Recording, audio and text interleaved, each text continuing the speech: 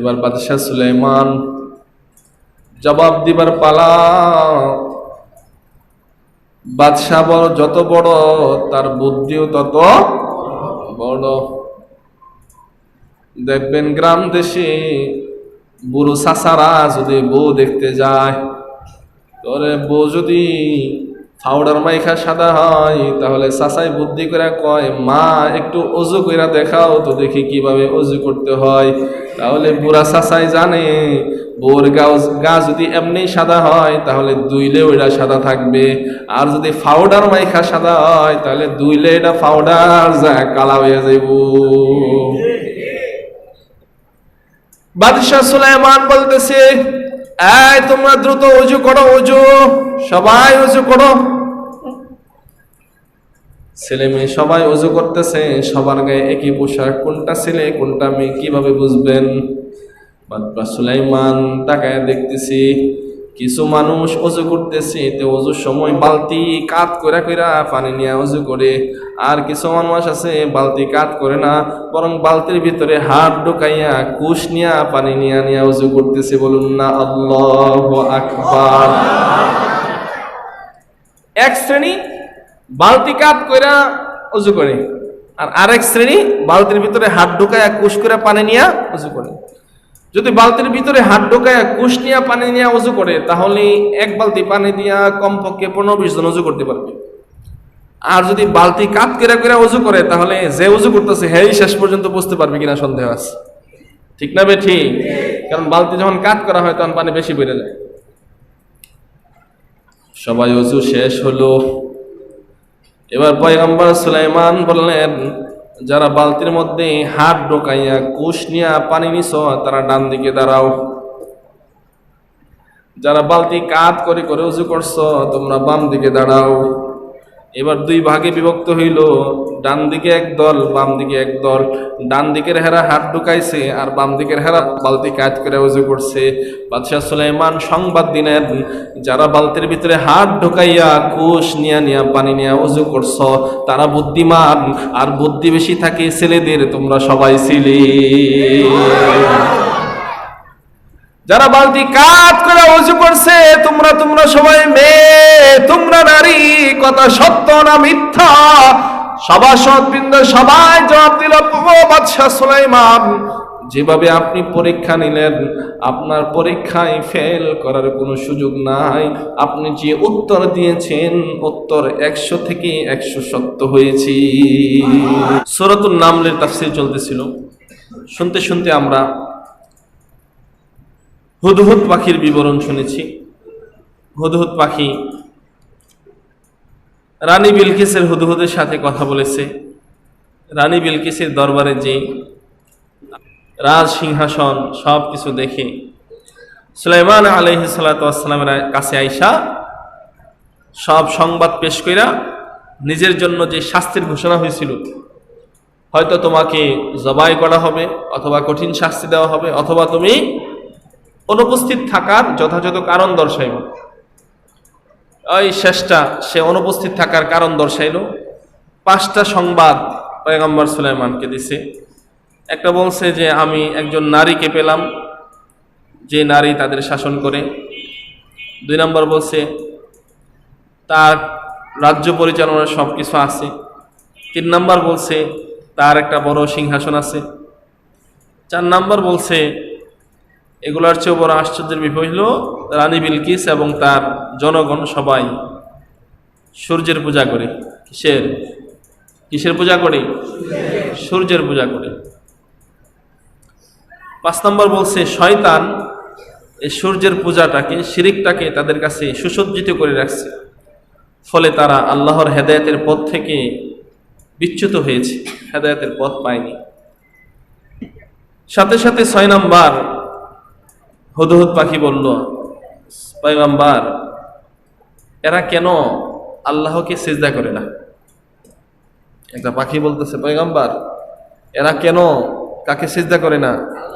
হ্যাঁ, একটা পাখি বলতেছে এরা মানুষ কেন সূর্যের পূজা করে, সূর্যকে সিজদা করে, এরা কেন আল্লাহর সিজদা দেয় না? যে আল্লাহ সব গোপন বিষয়, ইউখরিজুল খাবা ফিস সামাওয়াতি ওয়াল আরদ, আসমান জমিনের সব গোপন বিষয় যিনি প্রকাশ করেন। আল্লাহ পাক মানুষ যা গোপন করে এবং যা প্রকাশ করে, যে আল্লাহ সবকিছু জানেন, তার সেজদা কেন মানুষ করে না? এটা কে বলতেছে? হুদহুদ পাখি। পাখি বলতেছে। সুবহানাল্লাহ বলবেন না? আহা, কত মধুর কথা। একটা পাখি হয়েও বুঝে যে একমাত্র সেজদা দেওয়া হবে কাকে? আল্লাহকে ছাড়া আর কারো পারি সেজদা দেওয়ার কোনো সুযোগ নেই। এই সব কথা শোনার পর পয়গম্বর সুলাইমান আলাইহিস সালাতু ওয়াস সালাম এবার হুদহুদকে বললেন, ঠিক আছে, তুমি তো অনেক কিছু শুনাইলা, তুমি যেগুলো শুনাইলা এগুলো কি সত্য না মিথ্যা? এগুলো একটু যাচাই বাছাই করা দরকার। তুমি কি শাস্তি থেকে বাঁচার জন্য এগুলো বললা, নাকি বাস্তবেই তুমি যা সংবাদ দিল সেগুলো সত্য? আমি একটু যাচাই বাছাই করে দেখব।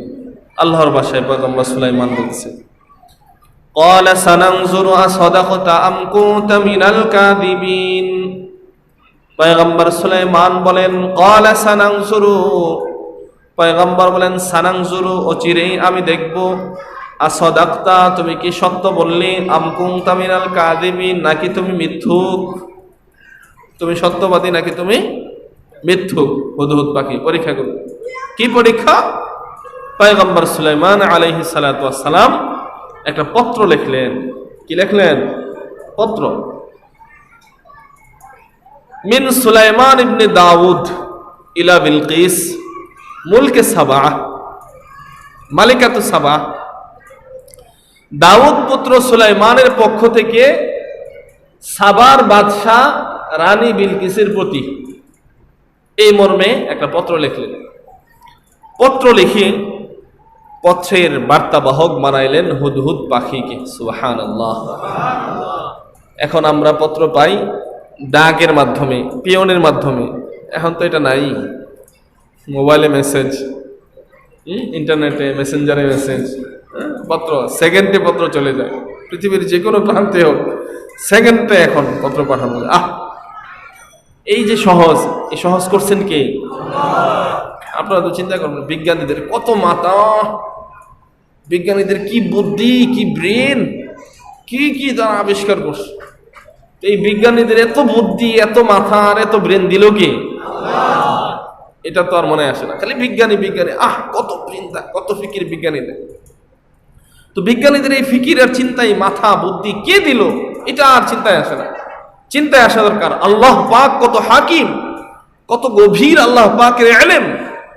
আল্লাহ পাক রব্বুল আলামিন মানুষের মাথায় কত বুদ্ধি দিয়েছেন। সুবহানাল্লাহ। এটা চিন্তা করার দরকার। আল্লাহ পাক কত দিয়েছেন মানুষ। সেকেন্ডে, মুহূর্তে এখন চিঠি পৌঁছে যায়।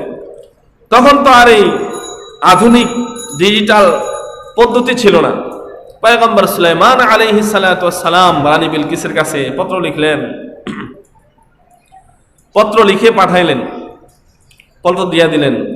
দিয়া হুদহুদকে বলতেছেন, ইযহাব বিকিতাবি হাদা, ইযহাব বিকিতাবি হাদা ফাআলকিহ ইলাইহিম সুম্মা তাওয়াল্লা আনহুম ফানজুর মাযা ইয়ারজিউন।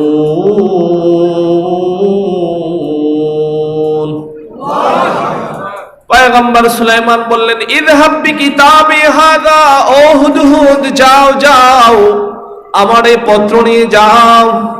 ইযহাব, ভাগো, বিকিতাবি, আমার পত্র নিয়ে। কিতাব, কিতাব অর্থ বই, কিতাব অর্থ পুস্তক পুস্তিকা, কিতাব অর্থ পেপার পত্রিকা, আবার কিতাব অর্থ পত্র চিঠি। কিতাবের অনেক অর্থ, এর এক অর্থ হলো পত্র চিঠি। ইযহাব, তুমি যাও হুদহুদ, বিকিতাবি, আমার পত্রটা নিয়ে যাও। হাজা, আমার এই পত্রটা। কোথায় নিয়ে যাবা? পত্র নিয়ে তুমি রানী বিলকিসের রাজ সিংহাসনে চলে যাবা। পত্র নিয়ে রানী বিলকিসের সামনে তুমি পেশ করে দাও। আল্লাহ বলেন, ইযহাব বিকিতাবি হাদা ফাআলকিহ ইলাইহিম সুম্মা তাওয়াল্লা আনহুম ফানজুর মাযা ইয়ারজিউন।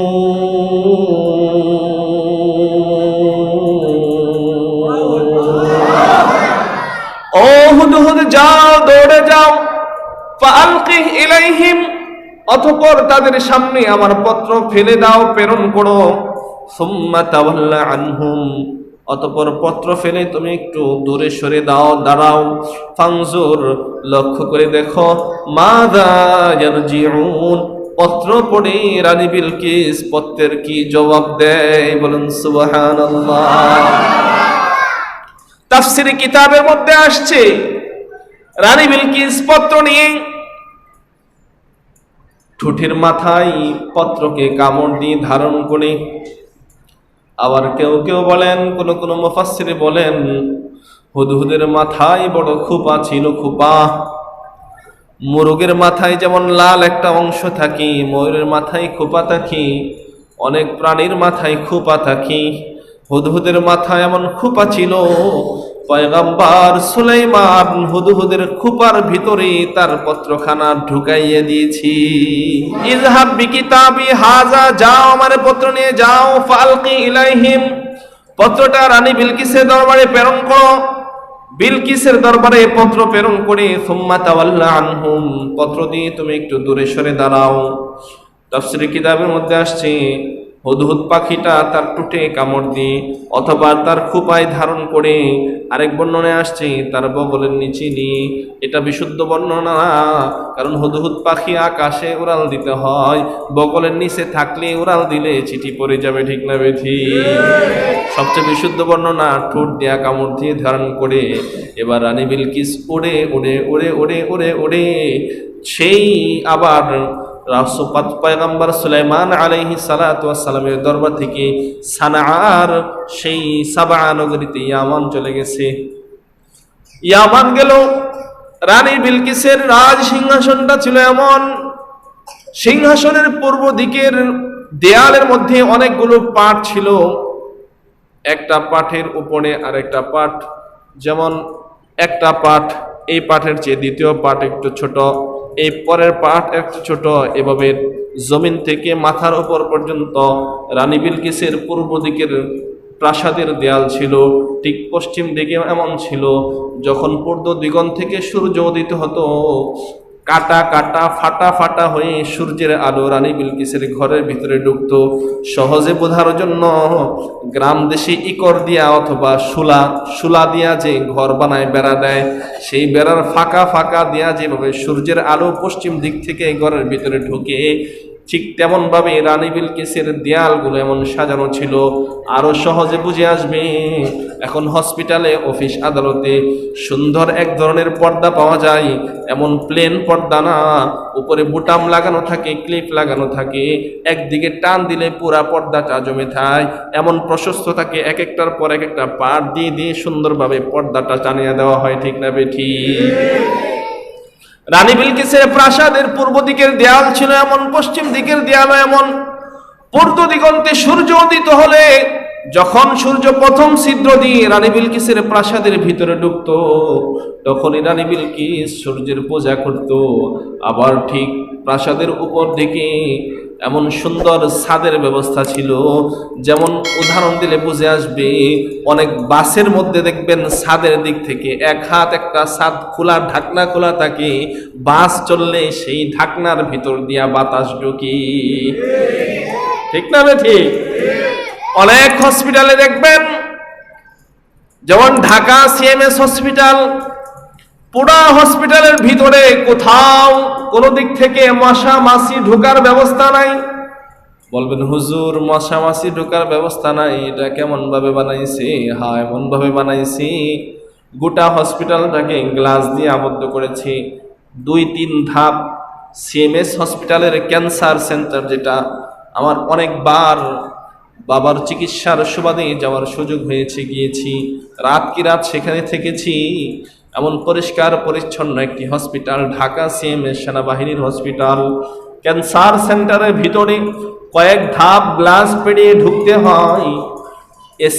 এসি করা পুরা ভবনটা, উপর দিক থেকে ছাদের দিক দিয়া গ্লাস দিয়া এমন ভাবে আটকে দেওয়া হয়েছে, ভবনের উপর দিয়া ছাদের ভিতর দিয়াও ভবনের ভিতরে মশা মাছি ঢোকার কোনো ব্যবস্থা, ছাদের উপর দিয়েও গ্লাস দিয়া বন্ধ করে একবারে গ্লাস ফিটিং করে দিচ্ছে ভিতরে ঢোকার।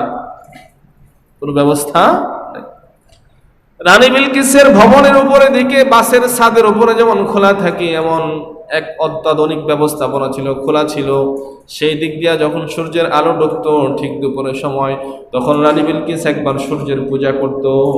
আবার সূর্য যখন পশ্চিম আকাশে ডুবে যেত, তখনও রানী বিলকিস সূর্যের পূজা করত। পশ্চিম দিকে ঢুকলেও সূর্যের আলো ঘরের ভিতরে ঢুকতো। রানী বিলকিস তার ঘরের ভিতরে আসে, হুদহুদ পাখিটা পত্র নিয়ে। কোন এক বর্ণনায় আছে সেই ঘরের দেয়ালের ফাঁকা দিয়া রানী বিলকিসের ঘরের ভিতরে হুদহুদ পাখি ঢুকেছে। এক বর্ণনায় আছে রানী বিলকিস তখন শায়িত ছিল, হুদহুদ পাখিটা তার বুকের উপরে পত্রটা রেখে দিয়েছে।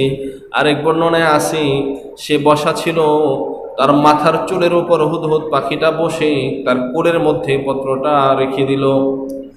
দুই বর্ণনা বিশুদ্ধ বর্ণনা, আর দুইটা অন্য বর্ণনা আছে। রানী বিলকিস যখন পয়গম্বর সুলাইমান আলাইহিস সালাতু ওয়াস সালামের পত্র দেখতে পেল, দেখলো পত্রের উপরে সিলমোহর মারা। কিসের সিলমোহর? পয়গম্বর সুলাইমানের রাজদরবারের সিংহাসন সিলমোহর, পয়গম্বর সুলাইমানের ওই অলৌকিক আংটির সিলমোহর পত্রের মধ্যে দেওয়া। এই পত্র দেখে রানী বিলকিস বুঝতে পারলো এটা কোনো সাধারণ পত্র না, এটা একটা সম্মানিত গুরুত্বপূর্ণ পত্র। ঠিক না বেঠি? পত্র প্রেরণ করার সময় সিল লাগাইতে হয়, সিল ডাক টিকিট লাগাইতে হয়। পিয়নের কাছে যায় ডাক টিকিট লাগায়া পত্র পাঠাইতে হয়। পয়গম্বর সুলাইমান ডাক টিকিট লাগায়া পত্র প্রেরণ করলেন। সুম্মা তাওয়াল্লা আনহুম, হুদহুদ পাখিটা পত্র দিয়ে দূরে সরে দাঁড়ালো।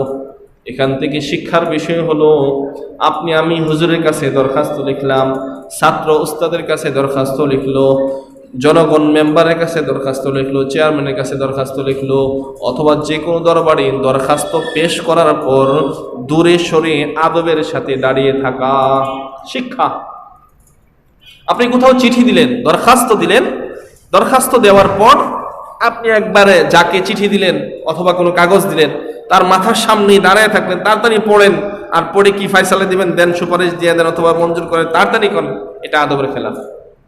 আপনি দরখাস্ত পেশ করেছেন, পাশে যদি ওয়াইটিং রুম হয়, রিসিপশন হয়, বসার ব্যবস্থা থাকে, আপনি বসে অপেক্ষা করুন। আপনার দরখাস্ত পড়া হবে, এরপর আপনাকে আবার মঞ্জুর করে অথবা যা বলা হয় আপনাকে ডেকে পুনরায় বলা হবে। আপনি দরখাস্ত দিয়ে, চিঠি দিয়ে, আবেদনপত্র দিয়ে মাথার সামনে দাঁড়িয়ে থাকবেন, আর অন্যরা এসে দরখাস্ত দিতে পারবে না, ডিস্টার্ব হবে। এটা আদবের খেলাফ, এটা আদবের খেলাফ। এখান থেকে শিখার বিষয় হলো, পয়গম্বর সুলাইমান হুদহুদকে আদব শিখাই দিলেন, যাও পত্রটা দিয়া রানী বিলকিসের সামনে দাঁড়ায় থাকবা না, একটু দূরে দাঁড়াইবা, একটু দূরে। সুম্মা তাওয়াল্লা আনহুম, একটু দূরে সরে দাঁড়াও। ফানজুর মাযা ইয়ারজিউন, অতঃপর লক্ষ্য করে দেখো রানী বিলকিস পত্র পড়ে কি জবাব দেয়। রানী বিলকিস এবার পত্র খুললো, পত্র খুলে দেখে একটা বিশাল সম্মানিত পত্র। পত্রটা রানী বিলকিস পড়বে, পড়ার আগে পত্রের সিলমোহর দেখে বুঝতে পারলো গুরুত্বপূর্ণ পত্র। এই জন্য একা একা পড়বে না, যদি রাজ দরবারে পত্র আসে তাহলে উজির নজির, মন্ত্রী, মিনিস্টার, সচিবদেরকে নিয়ে পত্র পড়তে হবে। যে পত্র আছে ভারত থেকে প্রধানমন্ত্রীর কাছে, তাহলে এই পত্রটা পার্সোনাল পত্র হলে ব্যক্তিগতভাবে পড়বে, আর যদি রাষ্ট্রীয় পত্র হয় তাহলে মন্ত্রী পরিষদের সামনে পাঠ করতে হবে। ঠিক না বেঠি? এবার রানী বিলকিস ডাকলো, ক্বালাত ইয়া আইয়ুহাল মালাউ ইন্নী উলকিয়া ইলাইয়া কিতাবুন কারীম। রানী বিলকিস এবার রাজ সভাসদ বিন্দুকে ডেকে বলতেছে, ইয়া আইয়ুহাল মালাউ, হে আমার মন্ত্রী পরিষদ, ইন্নী উলকিয়া ইলাইয়া, নিশ্চয় আমার কাছে প্রেরণ করা হয়েছে, কিতাবুন কারীম, একটি সম্মানিত পত্র। সম্মানিত পত্র কেন বলা হলো? মুফাসসিরিনে কেরাম বলেন, এক তো সম্মানিত বলা হলো এর উপর সিলমোহর লাগানো ছিল, দ্বিতীয় সম্মানিত বলা হলো এই জন্য যে এই পত্রটা বিসমিল্লাহ দ্বারা লেখা ছিল, তৃতীয় সম্মানিত বলা হলো এই জন্য যে এই পত্রটা সাধারণ কোনো পদ্ধতি আসে নাই, বরং এই পত্রটা আগমন করেছে কুদরতি ভাবে এক পাখির মাধ্যমে। সুবহানাল্লাহ। ইন্নী উলকিয়া ইলাইয়া কিতাবুন কারীম, আমার কাছে এক সম্মানিত পত্র প্রেরণ করা হয়েছে। ইন্নাহু মিন সুলাইমানা ওয়া ইন্নাহু বিসমিল্লাহির রহমানির রহিম। পত্রটা শুরু করা হয়েছে এইভাবে যে ইন্নাহু মিন সুলাইমানা, পত্রটা বাদশাহ সুলাইমানের পক্ষ থেকে, ওয়া ইন্নাহু বিসমিল্লাহির রহমানির রহিম, আর পত্রটা শুরু করা হয়েছে পরম করুণাময় অসীম দয়ালু আল্লাহ পাকের নামে। এবার পত্রের বিষয়বস্তু কি? রানী বিলকিস এবার পত্রের বিষয়বস্তু পাঠ করতেছে, মন্ত্রী পরিষদকে শোনাইতেছে। পত্রের বিষয় হলো আল্লাহ তাআলু আলাইয়া ওয়াতুনি মুসলিমিন।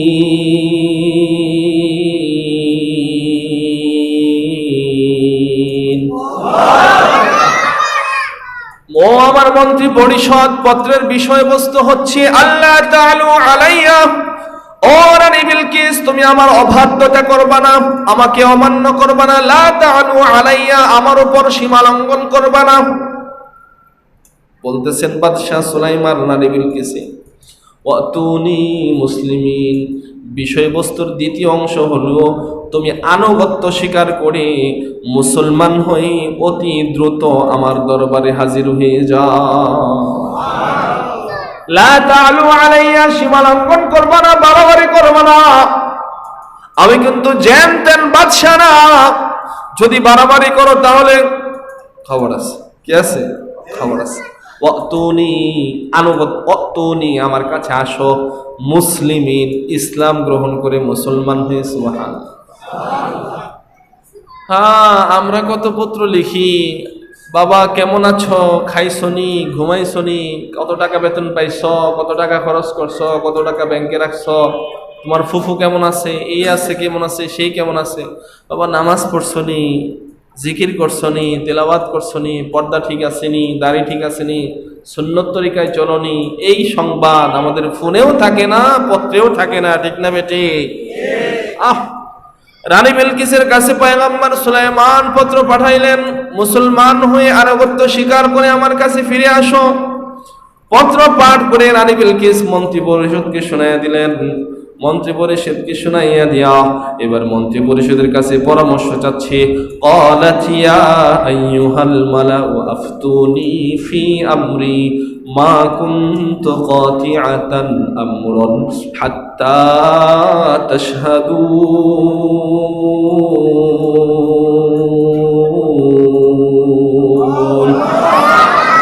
ও আমার মন্ত্রী পরিষদ, ইয়া আইয়ুহাল মালাউ, হে আমার সভাসদবৃন্দ, আফতুনি ফি আমরি, আমার এই পত্রের ব্যাপারে তোমরা ফয়সালা দাও, পরামর্শ দাও। মাশওয়ারা কি? না মাশওয়ারা, এটা কি মাশওয়ারা? এটাকে মাশওয়ারা বলা হয়, পরামর্শ। সংসদেও মাশওয়ারা হয়, তাবলিগ জামাতে মাশওয়ারা হয়, আমাদের ঘরে সংসারেও মাশওয়ারা। মাশওয়ারা করা সুন্নাত। মাশওয়ারা আরবি শব্দ, বাংলা হলো পরামর্শ।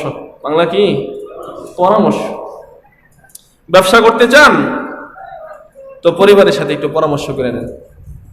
নতুন একটা কিছু বানাইতে চান তো ঘরে ছেলে মেয়ে আছে, বাবা আছে, দাদা আছে, স্ত্রী আছে, তাদের সাথে একটু পরামর্শ করুন। নতুন একটা কিছু করতে চান, কোথাও যেতে চান সফরে, তাহলে ঘরের সাথে, ঘরের পরিবারের সদস্যদের সাথে একটু পরামর্শ করেন। পরামর্শ। রানী বিলকিস অমুসলিম, মন্ত্রী পরিষদ আছে, পরামর্শের ব্যবস্থা আছে। এখান থেকে শিক্ষণীয় বিষয়, আমাদের যাবতীয় যত কাজ আছে সব কাজ করার সময় আমরা কি করব? আওয়াজ করে বলুন, কি করব? পরামর্শ করব। পারস্পরিক পরামর্শে আমরা কাজ করব। পরামর্শ আল্লাহ পাকের নির্দেশ, আম্বিয়া কিরামের সুন্নত, নবীগণের আম্বিয়া কিরামের সুন্নত, মুমিনের বৈশিষ্ট্য পরামর্শ করা। আল্লাহ পাক কোরআনের 2 জায়গায় পরামর্শের গুরুত্ব দিয়ে আয়াত নাযিল করছে। আফতুনি ফি আমরি, মন্ত্রী পরিষদ সভাসদবৃন্দ, চিঠির ব্যাপারে আমাকে পরামর্শ দাও। মা কুনতু কাতিআতান আমরান হাত্তা তাশহাদুন, তোমরা জানো, তোমরা মন্ত্রী পরিষদ জানো, সচিবরা জানো, এমপিরা জানো, চেয়ারম্যানরা জানো, তোমাদের সিদ্ধান্ত ছাড়া, পরামর্শ ছাড়া আমি রানী বিলকিস কোনো কাজ করি না।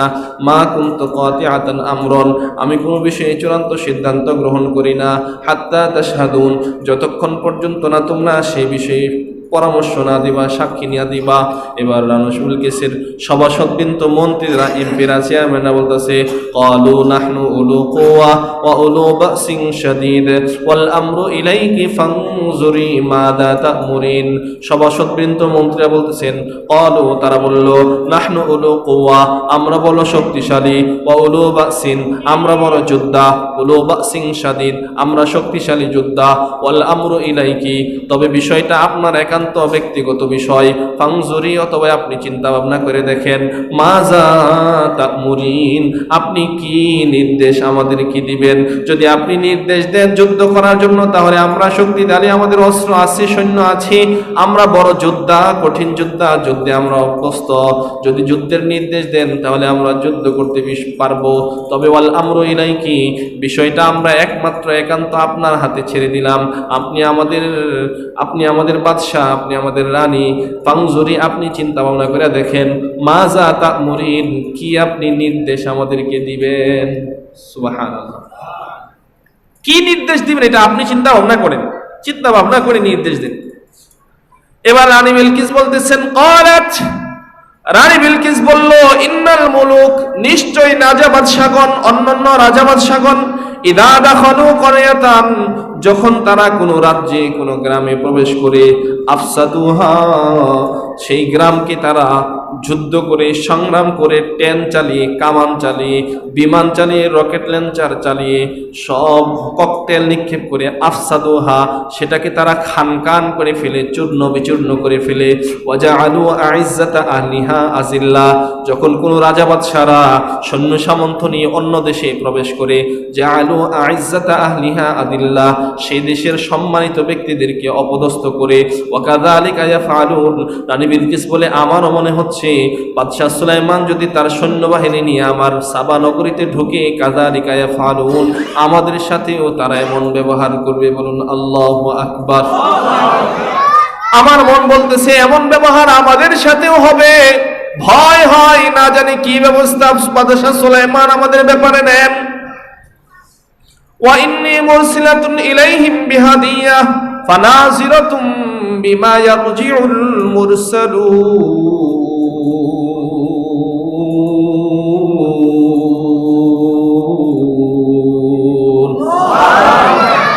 আমার মনে মনে একটা খেয়াল আসতেছে, খেয়ালটা তোমাদের সাথে শেয়ার করি।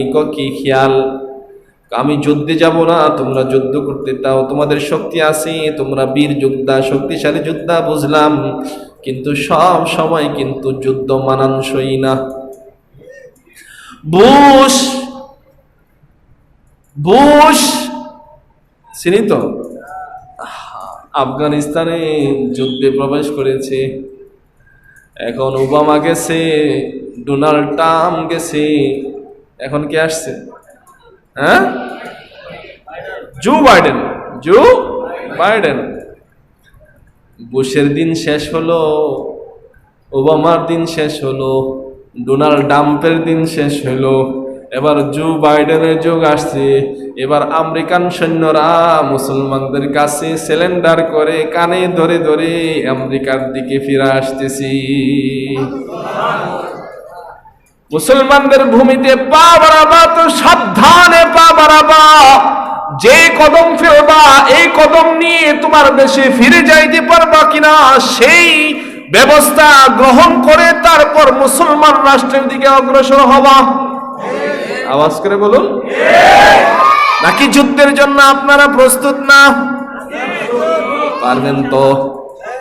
52 ভাষা আন্দোলন যেভাবে হয়েছে, 69 গণ অভ্যুত্থান যেভাবে হয়েছে, 47 ভারত পাকিস্তান বিভক্তির যুদ্ধ যেভাবে হয়েছে, 71 স্বাধীনতা আন্দোলন যেভাবে হয়েছে, আবার যদি রক্ত দিতে হয়, জীবন দিতে হয়, কালেমার জন্য দিব, ইমানের জন্য দিব, কোরআনের জন্য দিব, আমাদের 56 হাত বনমাল বাংলাদেশের মানচিত্রকে, লাল সবুজের পতাকাকে অক্ষুণ্ণ রাখতে, ঈমান তাওহীদ রিসালাতকে ঠিক রাখতে, কালেমার পতাকা পথ করে বাংলার জমিনে আকাশে উড্ডীন করার জন্য শরীরের তাজা রক্ত ঢেলে দিয়ে আমরা আবারও জিহাদের ময়দানে নামতে প্রস্তুত। আবার যুদ্ধ হবে, রানী বিলকিস এবার মন্ত্রী পরিষদকে বলতেছে, তোমরা যে বললা শক্তিশালী বাহাদুর সবই আমি বুঝলাম, কিন্তু আমার খেয়াল হলো, আমার কথা হচ্ছে তোমরা শোনো, যখন কোনো রাজা বাদশারা অন্য রাজ্যের ভিতরে ঢুকে সেটাকে খান খান করে ফেলে, টুকরো টুকরো করে ফেলে, সেখানে সম্মানিতদেরকে অপদস্থ করে, আমার মনে হচ্ছে সুলাইমান যদি আমাদের সাবা নগরীতে ঢুকে এমনটাই হবে, এমনটাই হবে। ভয় আমার কি হয়? ভয় হয়। তবে সুন্দর একটা খেয়াল আমার মাথায় আসছে। কি খেয়াল? ইন্নী মুরসিলাতুন ইলাইহিম বিহাদিয়াহ, আমি বাদশাহ সুলাইমানের কাছে কিছু হাদিয়া পাঠাইতে চাই। কি পাঠাইতে চাই? হাদিয়া। হাদিয়া হাদিয়া কি? হাদিয়া পাঠাইতে চাই। হাদিয়া অনেক রকম, হাদিয়া শব্দ আসছে বিহাদিয়া। একটা হচ্ছে বৈধ হাদিয়া আর একটা অবৈধ হাদিয়া। বৈধ হাদিয়া কোনটা? হুজুরের জন্য বাসা থেকে ফিন্নি পাকায় নিয়ে আসছেন এমনিতেই, এটা বৈধ হাদিয়া। হাদিয়া দেওয়াও সুন্নত, হাদিয়া নেওয়াও সুন্নত, দাওয়াত দেওয়াও সুন্নত, দাওয়াত খাওয়াও সুন্নত। হাক্কুল মুসলিমি আলাল মুসলিমি খামসুন, একজন মুসলমানের উপর অপর মুসলিমের 5টি হক। কয়টি? 5টি হক। এর মধ্যে একটি হলো ইস্তিজাবুদ দাওয়া, দাওয়াত দিলে দাওয়াতে সাড়া দেওয়া, কবুল করা। এজন্য দাওয়াত দেওয়াও চাই সুন্নত তরিকায়, আর দাওয়াত কবুলও করা চাই সুন্নত তরিকায়। হাদিয়া দেওয়াও চাই সুন্নত তরিকায়, হাদিয়া গ্রহণ করাও চাই সুন্নত তরিকায়। একটা হাদিয়া বৈধ, যার কোনো বিনিময় হয় না। আরেকটা আরবি শব্দে হাদিয়াই বলে, কিন্তু বাংলায় সেটা রূপ শব্দ হাদিয়া হলেও সেটা অবৈধ। চাকরির জন্য যেটা দিতে হয়, কোনো পদ পাওয়ার জন্য যেটা দেওয়া হয়, দুনিয়ার কোনো স্বার্থে যেটা অন্যকে দেওয়া হয়, এটাকে বলা হয় ঘুষ। এটা অবৈধ, এটা হারাম, এটা নিষেধ। তো রানী বিলকিস যে হাদিয়া পাঠাইবো, এটা বৈধ হাদিয়া না অবৈধ হাদিয়া? অবৈধ। অবৈধ। এটা কি? অবৈধ। কারণ পয়গম্বর সুলাইমান দাওয়াত দিছে ইমানের দাওয়াত, তুমি মুসলমান হইয়া আমার দরবারে ফিরে আসো, আত্মসমর্পণ করো। এখন মুসলমান না হইয়া যদি হাদিয়া পাঠায়, তাহলে এটা বৈধ না অবৈধ? পয়গম্বর সুলাইমানকে হাদিয়া দিয়া গলাইতে যাইতেছে, হাদিয়া দিয়া গলাইতে যায়। মহিলারা তো বড় চালাক। মার্কেটে গেলে দোকানদারকে মিষ্টি হাসি হাদিয়া দেয়, মিষ্টি হাসি হাদিয়া দেয়। এরপরে দেহ প্রদর্শন হাদিয়া দেয়। কি প্রদর্শন হাদিয়া দেয়? দেহ প্রদর্শন। আপনারা কি ভাবতেছেন আমি আজগুবি কথা বলতেছি নাকি? আজগুবি কথা না। মার্কেটে আমরা কম যাই, আপনারা আমাদের চেয়ে বেশি জানেন, আপনারা আমাদের চেয়ে ভালো জানেন মহিলারা কিভাবে মার্কেটে যে দোকানদারের সাথে কত রস কষ, কত কিছু চিনে, এই সেই, আমার বাড়ি অমুক, আমি অমুকের বাগ্নি, অমুকের বাতিজি, অমুকের বোন, এই সেই, আপনারা চিনি, কতবার আপনার থেকে মান নিলাম, আপনি অনেক ভালো, দামটা একটু কম রাখেন। কি হয়েছে দামটা একটু কম রাখবেন? 10 টাকা কম রাখবেন? আমি তো অভিনয় পারি না, এই জন্য বলতে পারি না। নানান কলা কৌশলে দোকানদারকে পটানোর চেষ্টা করে, নানান কলা কৌশলে দোকানদারকে পটানোর চেষ্টা করে। আর চালাক দোকানদারও বুঝে যে তুমি যতই আমারে ফটাও, তোমারে ফটাইয়া তোমার স্বামী যদি আইতো তাহলে রাখতাম দাম 50 টাকা, তুমি আসছো দাঁড়াও 80 টাকা না রেখে তোমাকে আমি ছাড়ছি না। এরা মনে করে এমন দাম টাম কয়, এটা ইন্ডিয়ান, এটা পাকিস্তানি, এটা জার্মানি, এটা এই সেই, চাপা চুপা মাইরা একেবারে বইলা টইলা, এটা আর কোনো দোকানে পাবেন না, বামপট্টি দিয়া। এটা তো হাত দিয়া পরখ করার মতন যোগ্যতা তো মা বোনদের নাই। পুরুষটা তো যায় কাপড়টা দেখবে, এটা কি, এটা বাংলাদেশি, এটা পিওর সুতি কিনা নাকি মিক্স, এটার বাইন কেমন, এটার রং কেমন, এটা কোন কোম্পানি, এই সব দেখা যাচাই বাছাই করে পুরুষটা কিনে। মাল দেখে তারপরে টাকা দিবে, মাল দেখে তারপর টাকা দিবে।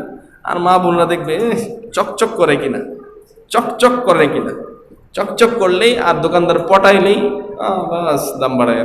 ঠিক না? ঠিক। রানী বিলকিস বলতেছে, ইন্নী মুরসিলাতুন ইলাইহিম বিহাদিয়া, তোমরা যা বললে সব ঠিক আছে, যুদ্ধও করতে পারবো, কিন্তু সবসময় যুদ্ধ করা ঠিক না। আমি এবার কিছু হাদিয়া পাঠায় দেখব। ইন্নী মুরসিলাতুন ইলাইহিম বিহাদিয়া, আমি বাদশাহ সুলাইমানের কাছে কিছু হাদিয়া পাঠাবো। ফানাজিরাতুন, অতঃপর আমি দেখব বিমা ইয়ারজিউল মুরসালুন, হাদিয়া প্রেরণ যাদেরকে দিয়া পাঠাবো, বার্তা বাহকরা হাদিয়া নিয়ে যারা যাবে, কি সংবাদ নিয়ে তারা প্রত্যাবর্তন করে। বাদশাহ সুলাইমান হাদিয়া পায়, হাদিয়া গ্রহণ করে না হাদিয়া ফিরে দেয়, এটা আমি দেখবো। এটা আমি এবার রানী বিলকিস পয়গম্বর সুলাইমানের দরবারে হাদিয়া পাঠিয়ে দিল। কি হাদিয়া পাঠাইলো? তাফসিরে কিতাবের মধ্যে হাদিয়ার বিস্তর লম্বা বিবরণ আসছে। এক বর্ণনায় আসছে 200 স্বর্ণের ইট আর 200 রূপার ইট। আরেক বর্ণনায় আসছে 500 সোনার ইট 500 রূপার ইট। এক বর্ণনায় আসছে একটা সোনার ইট একটা রূপার ইট। আরো সাথে দিল একটা বাক্সের মধ্যে আবদ্ধ একটা মুক্তার খণ্ড। আরেক বর্ণনায় আসছে সাথে সাথে পয়গম্বর সুলাইমানের কাছে রানী বিলকিস 200 গোলাম এবং 200 বাতি হাদিয়া দিয়েছে। এক বর্ণনায় আসছে যারা পুরুষ গোলাম ছিল তাদেরকে নারীদের পোশাক পরানো হয়েছে, আর যারা নারী ছিল তাদেরকে পুরুষদের পোশাক পরানো হয়েছে। আল্লাহু আকবার। এই কথাগুলো একটু ঠান্ডা মাথায় বুঝেন, শুনেন। সুর সারা কি কি হাদিয়া পাঠাইল? 200 গোলাম আর 200 বাদী। গোলামদেরকে ছেলেদেরকে মেয়েদের পোশাক পরাইছে, আর মেয়েদেরকে ছেলেদের পোশাক পরাইছে। অন্য বর্ণায় আসছে 400 জনকে এক পোশাক পরাইছে। রানী বিলকিস বলছে, এই ছেলেরা, তোমরা সুলাইমানের দরবারে যায়া মেয়েদের কণ্ঠে কথা বলবা। আর মেয়েদেরকে বলছে, এই মেয়েরা, তোমরা বাদশাহ সুলাইমানের কাছে যায়া ছেলেদের কণ্ঠে কথা বলবা। আল্লাহু আকবার বলবেন না? এই কিচ্ছা কাহিনী পাইবেন না কোনো বই পুস্তকে। মেয়েদেরকে বললো তোমরা ছেলেদের কণ্ঠে কথা বলবা, আর ছেলেদেরকে বললো তোমরা মেয়েদের কণ্ঠে কথা বলবা। কেন? পয়গম্বর সুলাইমান ধরতে পারে কিনা কোনটা ছেলে কোনটা মেয়ে। সুবহানাল্লাহ। পরীক্ষা করুন। হাদিয়া তোফা পাঠাইয়া দিচ্ছে। আর পয়গম্বর সুলাইমানের কাছে বক্সে আবদ্ধ একটা মুক্তার খণ্ড দিলাম, এটা খুলবা না, সুলাইমানকে বলবা এটার ভিতরে কি আছে তিনি বলতে পারে কিনা, এবং এটার মধ্যে কোনো ছিদ্র নাই, উনি যেন একটা ছিদ্র করে এটার ভিতরে সুতা ঢুকায় দেয়। আল্লাহু আকবার। এবার রানী বিলকিসের সব বার্তাবাহকরা হাদিয়া তোফা নিয়ে পয়গম্বর সুলাইমানের দিকে দরবারের দিকে রওনা হয়েছে। এদিকে হুদহুদ পাখি পয়গম্বর সুলাইমানের কাছে রানী বিলকিসের সব সংবাদ আগাম আয়েশা পৌঁছায় দিছে। বলছে, ও পয়গম্বর সুলাইমান, পত্র আমি প্রেরণ করলাম। রানী বিলকিস তার মন্ত্রী পরিষদের সামনে পত্র পাঠ করলো। এই পরামর্শ তারা করলো। তাদের পরামর্শের সর্বশেষ সিদ্ধান্ত হলো তারা আপনার দরবারে হাদিয়া তোফা নিয়া দ্রুতই অগ্রসর হইতেছে। বলুন সুবহানাল্লাহ। এবার পয়গম্বর সুলাইমান জিনদেরকে ডাকলেন, ও জিনের দল, দ্রুত আসো। রানী বিলকিস স্বর্ণ রূপার ইট আমাকে হাদিয়া দিতে চায়। আল্লাহ পাক গোটা পৃথিবীর বাদশাহী আমাকে দান করেছেন, স্বর্ণ রূপা আমার জন্য বানানো কোনো ব্যাপার না। ও জিনের দল, রানী বিলকিস আমার দরবারে রানী বিলকিসের স্বর্ণ রূপার ইট হাদিয়া আসার আগে দ্রুত তোমরা আমার জন্য হাজার হাজার স্বর্ণের ইট বানিয়ে দাও। জিন্নাতেরা স্বর্ণ আর রূপার ইট বানাতে শুরু করলো। এবার জিনদেরকে নির্দেশ দিলেন, আমার রাজ দরবার থেকে রানী বিলকিসের সাবা নগরীর দিকে 27 মাইল পর্যন্ত একটা স্বর্ণের ইট আর একটা রূপার ইট, স্বর্ণ আর রূপার ইট মিলায়া ইটের রাস্তা যেমন সুন্দরভাবে গ্রাম দেশে বানানো হয়, বাঁকা বাঁকা করে দিয়ে এমন সারিবদ্ধভাবে একটা স্বর্ণের একটা রূপার, এভাবে ইট দিয়া রানী বিলকিসের সাবা নগরী পর্যন্ত 27 মাইল পথ স্বর্ণ রূপা দিয়া বানাইয়া দাও। দুই পাশে দেয়াল টেনে দাও, স্বর্ণের দেয়াল। ও জিন্নাতের দল, ও মানুষের দল, তোমরা আমাকে বলো দেখি জমিনের মধ্যে সবচেয়ে সুন্দর প্রাণী কোনটা? লোকেরা বলল, সমুদ্রের ভিতরে একটা সুন্দর প্রাণী আছে, এমন সুন্দর প্রাণী আমরা কোনোদিন দেখি নাই। বাদশাহ সুলাইমান জিনদেরকে বললেন, ও ডুবুরি জিনেরা, সমুদ্রে গহীনে ডুব দাও, ডুব দিয়ে সেই সুন্দর প্রাণীগুলো ধরে আমার দরবারে নিয়ে আসো। এই প্রাণীগুলোকে রাস্তার মোড়ে মোড়ে তোমরা বেঁধে দাও। বাঁধার দ্বারা উদ্দেশ্য হলো এক জাতীয় প্রাণী রাস্তার মোড়ে মোড়ে, গ্রাম দেশে যেমন গাছের মধ্যে গরু মহিষ ছাগল বাঁধা থাকে, আমার দরবারে আসার পথের মোড়ে মোড়ে এমন সুন্দর প্রাণীগুলো বাঁধা থাকবে। রানী বিলকিসের সেই বার্তাবাহকরা হাদিয়া তোফা নিয়ে আসবে, তারা স্বর্ণরূপার পথ দেখবে, আর তারা দেখবে যে বাদশাহ সুলাইমানের পথের মধ্যে স্বর্ণরূপার ইটের মধ্যে এক জাতীয় পাখি পায়খানা করি। সুবহানাল্লাহ। কেমন সে বাদশাহ যিনি স্বর্ণের উপর ইটের উপর পায়খানা করায় পশু পাখিকে। তারপর আশ্চর্য হবে, ও জিন্নাতের দল, তোমাদের ছেলে মেয়েদেরকে সবাইকে হাজির করো। ডান দিক দিয়া 27 মাইল পথ তোমাদের ছেলেদেরকে দাঁড় করে দাও, বাম দিকে 27 মাইল পথ তোমাদের বালিকাদেরকে দাঁড় করিয়ে দাও। তাদের বয়স কত? তাফসীরে কিতাবের মধ্যে আসছে 15 থেকে 18 বছর বয়সের ছেলে এবং মেয়েদেরকে, ডানে ছেলেদেরকে বামে মেয়েদেরকে। একজনও মানুষ না, সব কি জিন। জিনদের ছেলে মেয়ে বিশ্রী না, দেখতে বড় সুন্দর সুন্দরী, সুন্দর বালক বালিকা, যাদের নবযৌবন আসছে, দেখতে বড় সুন্দর। ডান দিকে দাঁড় করিয়ে দাও ছেলেদের, বাম দিকে দাঁড় করিয়ে দাও মেয়েদের, এভাবে সারিবদ্ধভাবে দাঁড় করিয়ে দাও।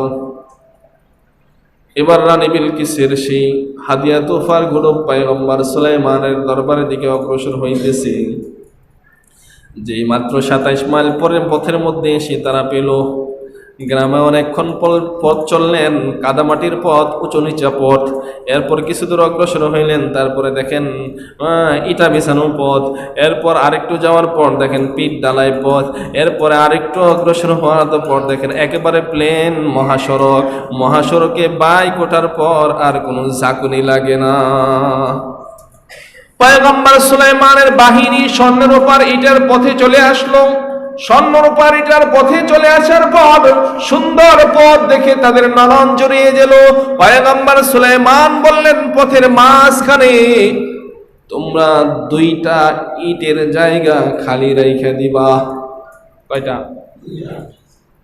তারা যদি 200 ইট আনে, 200 ইটের জায়গা খালি।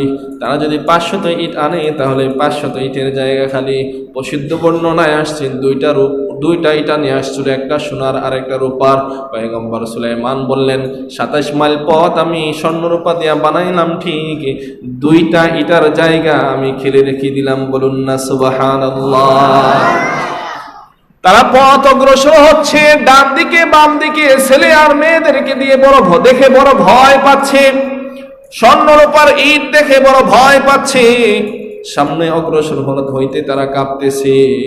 এবার জিন্নাতরা আওয়াজ দেয়া বলে, অগ্রসর হও, অগ্রসর হও, ভয়ের কোনো কারণ নাই।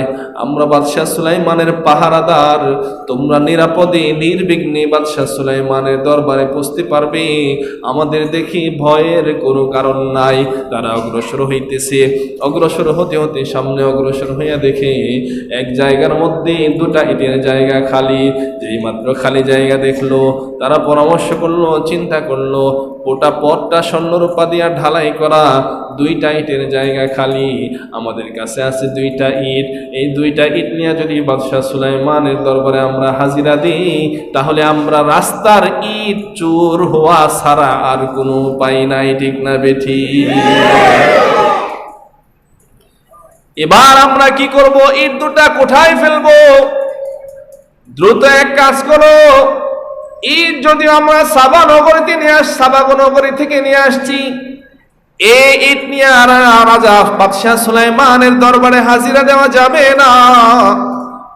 দ্রুত ফাঁকা জায়গাগুলো 2টা ইট দিয়া ভরপুর করে দাও। বলুন না সুবহানাল্লাহ। আওয়াজ করে বলুন সুবহানাল্লাহ। বাদশাহ বড় যত, তার বুদ্ধিও তত বড়। বাদশাহ যত বড়, তার বুদ্ধিও তত। ও ভাই, স্বর্ণরূপা দুইটা স্থাপন করে দাও। হাদিয়া তোবা কি নিয়ে আসছো আর কি বাদশার দরবারে পেশ করবা? যে বাদশা বিশাল বড় লাভ পথ করেছে স্বর্ণরূপা দিয়া, যিনি দেয়াল টেনেছেন সোনা দিয়া, তার দরবারে হাদিয়া তোফা পেশ করে কোনো লাভ নাই। এরপরও তারা বাদশাহ সুলাইমানের দরবারে উপস্থিত হয়ে গেল। বাদশাহ সুলাইমানের দরবারে উপস্থিত হওয়ার পর পয়গম্বর সুলাইমান তার সিংহাসনে উপবিষ্ট হলেন। এমন ভাবে উপবিষ্ট হলেন যেভাবে রাজা বাদশারা উপবিষ্ট হয়। পয়গম্বর সুলাইমানকে দেখার পর তারা আরো ভয় পাচ্ছে। পয়গম্বর সুলাইমান আলাইহিস সালাতু ওয়াস সালাম তাদের সাথে যেমন কড়া কোনো ব্যবহার করলেন না, হাসি মুখে তাদেরকে জিজ্ঞেস করলেন আপনারা কেমন আছেন, কৌশল বিনিময় করলেন, তাদের খোঁজ খবর নিলেন, আসতে পথে কোনো সমস্যা হয়েছে কিনা, কি ব্যাপার আপনারা এবার খুলে বলুন। এখন স্বর্ণরূপার ইট দুইটা সেনে পথে রাস্তার ফাঁকা জায়গা পুরা করে দিয়ে আসছে। আরো তো কিছু হাদিয়া তোফা তাদের সাথে আছে, 200 গোলাম আছে আর 200 বাদী আছে, আছে না? এরপরে বক্সের ভিতরে একটা নিখুঁত মুক্তা দানা আছে, আর অনেক কিছু আছে, আসবে। এবার আসছে, বলো কি খবর, কি ব্যাপার, কি কি সংবাদ নিয়ে আপনারা আসছেন? এবার তারা বাদশাহ সুলাইমানকে বলতেছে, পয়গম্বর বাদশাহ সুলাইমান, এই যে গোলাম এবং এই যে আপনার জন্য খাদেম খুদ্দাম উপস্থিত করা হলো, এরা সবাই আপনার জন্য। যেহেতু পুরুষদের গায়ে মহিলাদের পোশাক আর মেয়েদের গায়ে ছেলেদের পোশাক, এখন কোনটা ছেলে কোনটা মেয়ে ধরা মুশকিল। আপনি বলেন যে এখানে যে খাদেম খুদ্দাম আছে এদের মধ্যে কোনগুলা ছেলে আর কোনগুলা মেয়ে, ধরার কোনো কৌশল নাই, আপনি বলেন। রানী বিলকিস বলে দিল, যদি তারা সঠিক, তিনি যদি নবী হন তাহলে বলতে পারবেন কোনটা ছেলে আর কোনটা মেয়ে, আর যদি তিনি দুনিয়াদার বাদশাহ হন তাহলে তিনি বলতে পারবেন। যদি তিনি দুনিয়াদার বাদশাহ হন তাহলে আমাদের হাদিয়া তোহফা গ্রহণ করবেন, আর তিনি যদি আল্লাহ পাকের পয়গম্বর হন তাহলে আমাদের হাদিয়া তোহফা তিনি গ্রহণ করবেন না। এবার বাদশাহ সুলাইমান জবাব দিবার পালা। বাদশাহ যত বড় তার বুদ্ধিও তত বড়। দেখবেন গ্রাম দেশে বুড়ো চাচারা যদি বউ দেখতে যায়, তোরে বউ যদি পাউডার মাইখা সাদা হয় তাহলে চাচাই বুদ্ধি করে কয়, মা একটু অজু কইরা দেখাও তো দেখি কিভাবে অজু করতে হয়। তাহলে বুড়া চাচাই জানে বউর গা যদি এমনি সাদা হয় তাহলে দুইলে ওইটা সাদা থাকবে, আর যদি পাউডার মাইখা সাদা হয় তাহলে দুইলে এটা পাউডার যা কালা হয়ে যাইব। বাদশাহ সুলাইমান বলতেছে, এই তোমরা দ্রুত ওযু করো, ওযু, সবাই ওযু করো। ছেলে মেয়ে সবাই ওযু করতেছে, সবার গায়ে একই পোশাক, কোনটা ছেলে কোনটা মেয়ে কিভাবে বুঝবেন? বাদশাহ সুলাইমান তাকায় দেখতেছি কিছু মানুষ ওযু করতেছে, তো ওযুর সময় বালতি কাত কইরা কইরা পানি নিয়ে ওযু করে, আর কিছু মানুষ আছে বালতি কাত করে না, বরং বালতির ভিতরে হাত ঢুকাইয়া কুশ নিয়া পানি নিয়ে ওযু করতেছে। বলুন না আল্লাহু আকবার। এক শ্রেণী বালতি কাত কইরা ওযু করে, আর আরেক শ্রেণী বালতির ভিতরে হাত ঢুকাইয়া কুশ করে পানি নিয়ে ওযু করে। যদি বালতির ভিতরে হাত ঢোকায় কুশ নিয়ে পানি নিয়ে ওযু করে তাহলে এক বালতি পানি দিয়া কমপক্ষে 15-20 জন ওযু করতে পারবে। আর যদি বালতি কাত কেরা করে ওযু করে তাহলে যে ওযু করতেছে হেই শেষ পর্যন্ত বুঝতে পারবে কিনা সন্দেহ আছে। ঠিক না বে ঠিক? কারণ বালতি যখন কাত করা হয় তখন পানি বেশি বেড়ে যায়। সবাই ওযু শেষ হলো। এবার পয়গম্বর সুলাইমান বললেন, যারা বালতির মধ্যে হাত ঢোকাইয়া কুশ নিয়া পানি নিছ তারা ডান দিকে দাঁড়াও, যারা বালতি কাত করে করে উজু করছো তোমরা বাম দিকে দাঁড়াও। এবার দুই ভাগে বিভক্ত হইল, ডান দিকে এক দল বাম দিকে এক দল। ডান দিকের হেরা হাত ঢুকাইছে আর বাম দিকের হেরা বালতি কাত করে উজু করছে। বাদশাহ সুলাইমান সংবাদ দিলেন, যারা বালতির ভিতরে হাত ঢুকাইয়া কুশ নিয়া পানি নিয়া উজু করছো তারা বুদ্ধিমান, আর বুদ্ধি বেশি থাকে ছেলেদের, তোমরা সবাই ছিলে। যারা বালতি কাত করে উজু করছে তোমরা সবাই মেয়ে, তোমরা নারী, কথা সত্য না মিথ্যা? সভাসদবৃন্দ সবাই জবাব দিল, ও বাদশাহ সুলাইমান, যেভাবে আপনি পরীক্ষা নিলেন, আপনার পরীক্ষায় ফেল করার কোনো সুযোগ নাই। আপনি যে উত্তর দিয়েছেন, উত্তর 100 থেকে 100 সত্য হয়েছে। এবার পয়গম্বর সুলাইমানের কাছে বক্স দেওয়া হলো। এই বক্সের ভিতরে একটা পদার্থ আছে, এটা কি আপনাকে বলতে হবে। যদি বলতে পারেন তাহলে আপনি পয়গম্বর, আর যদি বলতে না পারেন প্রমাণিত হবে আপনি একজন দুনিয়াদার লোভী বাদশা। পয়গম্বর সুলাইমান বক্সটা হাতে নিল। আকাশ থেকে জিবরাইলকে আল্লাহ ডাক দিয়ে বলেন, ও জিবরাইল, যাও যাও যাও। জিবরাইল দৌড়ে যাও, আমার পয়গম্বর সুলাইমানের হাতে বক্স খোলা যাবে না। রানী বিলকিসের সভাসদবৃন্দরা প্রশ্ন করেছে, বক্সের ভিতরে কি আছে? আমার পয়গম্বর বাদশাহ সুলাইমানের কানে কানে বলে দাও, ওগো নবী সুলাইমান, বক্সের ভিতরে যেই জিনিসটা আছে এটা অন্য কিছু না, এটা হলো একটা মুক্তা দানা। জিবরাইল আমিন কানে কানে বলে দিল, আর বাদশাহ সুলাইমান তাদেরকে বলে দিলেন, বক্সের ভিতরে যা আছে অন্য কিছু না, এটা একটা মুক্তা দানা। বলুন না সুবহানাল্লাহ। ঠিক আছে, বাদশাহ সুলাইমান, মুক্তাদানা কথা সত্য, খুলুন। পয়গম্বর খুললেন, দেখলেন মুক্তাদানা আছে। এবার তারা বলতেছে, পয়গম্বর ও বাদশাহ সুলাইমান, এই মুক্তাদানাটা নিখুঁত, কোথাও কোনো ছিদ্র নাই। এটার ভিতরে একটা ছিদ্র করতে হবে, ছিদ্র করে সেই ছিদ্রের ভিতরে সুতা ঢোকাইতে হবে। এবারে পরীক্ষা আরো কঠিন। এটার মধ্যে ছিদ্র করতে হবে, সেই ছিদ্রের ভিতরে সুতা ঢোকাইতে হবে। আহা, এখন কি করবেন? রাজ দরবারে অনেক পোকামাকড় কীট পতঙ্গ আছে, কষ্ট হইতেছে আপনাদের? পয়গম্বর সুলাইমান ডাক দিলেন, ও কে আছো রে, কে পারবা এই নিখত মুক্তা দানার মধ্যে ছিদ্র করতে?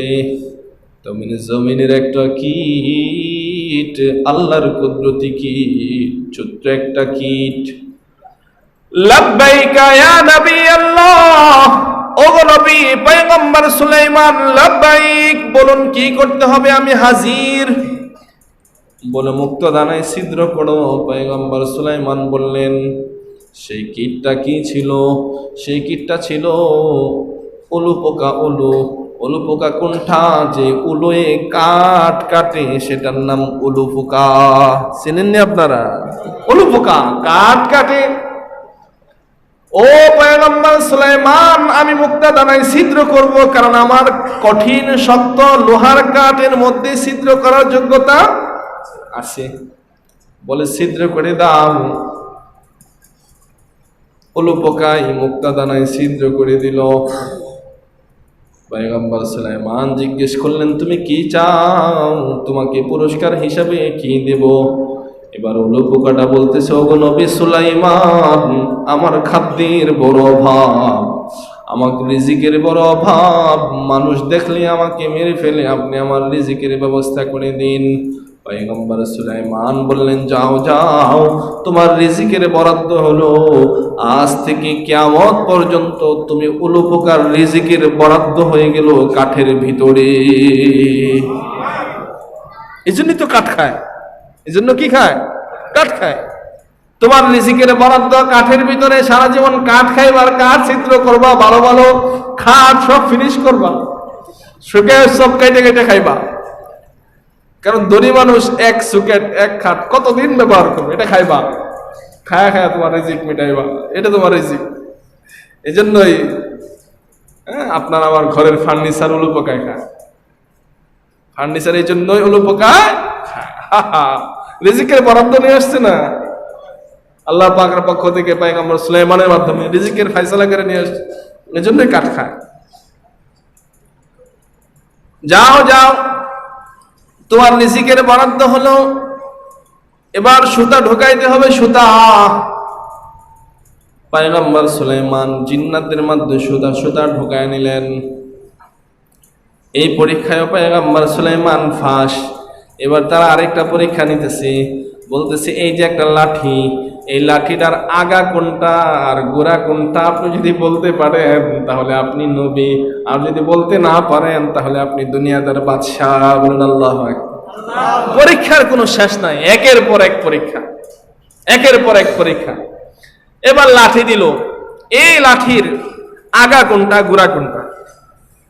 ছোটবেলা আমরা খেলছি, চুল একটা সিরা দিয়া পরে সাথীদেরকে বলছে, এই কয় এটা আগা কোনটা আর গোড়া কোনটা? চুলের আগা কোনটা আর গোড়া কোনটা এটা বের করা বড় মুশকিল না? আগার দিক দিকে একটু সিরা দেয়, গোড়ার দিক দিকে সিরা দেয়। তো এই লাঠির আগা কোনটা আর গোড়া কোনটা বের করে দিত। লাগে এমন এক লাঠি নিয়ে আসছে, এটা আগা গোড়া সব সমান, আগা গোড়া সব সমান। এই লাঠির আগা গোড়া কিভাবে বের করবেন? জিন্নিদের সাথে পরামর্শ করলেন। একটা জিন বলতেছে, ও নবী সুলাইমান, লাঠিটাকে আকাশের দিকে ছুঁড়ে মারুন, আকাশের দিকে লাঠিটা ছুঁড়ে মারুন। পয়গম্বর সুলাইমান আকাশের দিকে লাঠিটা ছুঁড়ে মারলেন। এবার লক্ষ্য করুন লাঠির কোন অংশটা আগে জমিনে পড়ে।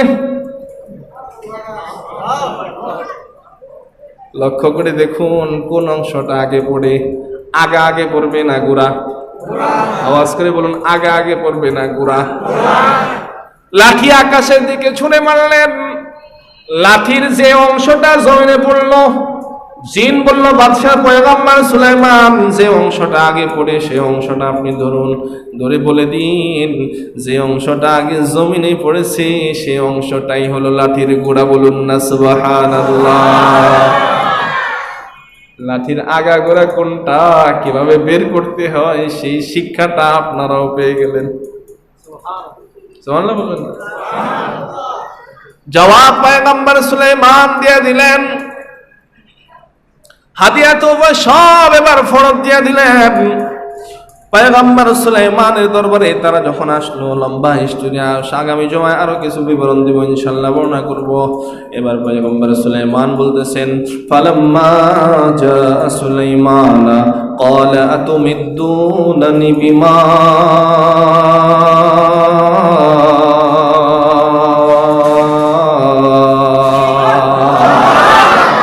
ফালাম্মা জা সুলাইমান, যখন তারা হাদিয়া তোফা নিয়ে পয়গম্বর সুলাইমানের দরবারে আসলো, ক্বালা পয়গম্বর সুলাইমান বললেন, আতুমিদ্দুনানি বিমাল, তোমরা কি মাল দিয়ে আমাকে আকৃষ্ট করতে চাও? তোমরা কি মাল দিয়ে আমাকে সাহায্য করতে চাও? আতুমিদ্দুনানি বিমালিন, তোমরা কি সম্পদ দিয়ে আমাকে গায়েল করতে চাও?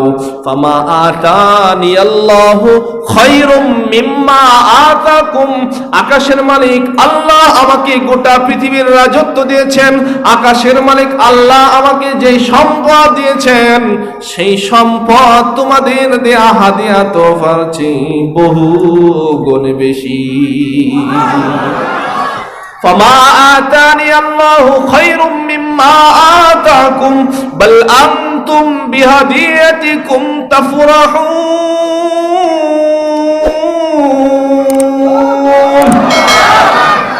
বরং তোমাদের হাদিয়া নিয়া তোমরাই বড় খুশি থাকো। তোমাদের হাদিয়া তোফা সব নিয়ে যাও, কোনো হাদিয়া লাগবে না। বাল আনতুম বিহাদিয়াতিকুম তাফরাহুন, ইরজি' ইলাইহিম, তোমরা ফিরে যাও তোমাদের রানী বাদশার কাছে। ফালানাতিয়ান্নাহুম বিজুনুদিন, অচিরেই অবশ্যই অবশ্যই আমি আসব। লানাতিয়ান্নাহুম, লামে তাকিদ, নুনে তাকিদ সাকিলা, লানাতিয়ান্নাহুম, অবশ্যই অবশ্যই আমি তাদের কাছে আসব। বিজুনুদিন, এমন সৈন্যবাহিনী নিয়ে, লা কিবালা লাহুম, যেই সৈন্যবাহিনীর মোকাবেলা করার শক্তি রানী বিলকিসের নাই। লা কিবালা লাহুম বিহা, সেই বাহিনীর মোকাবেলা করার শক্তি রানী বিলকিসের নাই। ওয়ালা নুখরিজান্নাহুম মিনহা, আর অবশ্যই অবশ্যই আমি তাদেরকে সেই সাবা নগরী থেকে বের করব। আজিল্লাতান, অপদস্থ করে, ওয়াহুম সাগিরুন, তারা হবে অপমানিত। বলুন না সুবহানাল্লাহ। যাও যাও, আইতেছি, যাও যাও, আসতেছি, দেখা হবে, খেলা হবে।